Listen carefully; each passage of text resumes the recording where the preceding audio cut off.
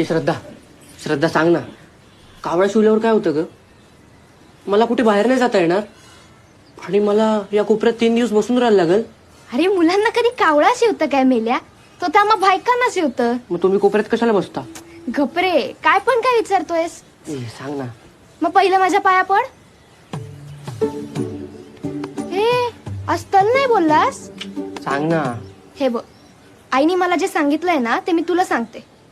आई म्हणाली, तू फळं आणायला मार्केटला जातेस तेव्हा तू खराब पिशवी घेऊन जातेस की स्वच्छ? स्वच्छ. मी पण हेच उत्तर दिलं होता. मग पुढं?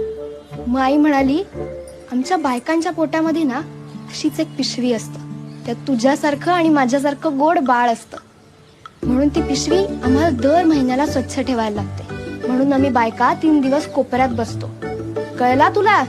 आई शपथ, एवढा सगळा होता? मग अशा वेळी तुम्ही काय करता?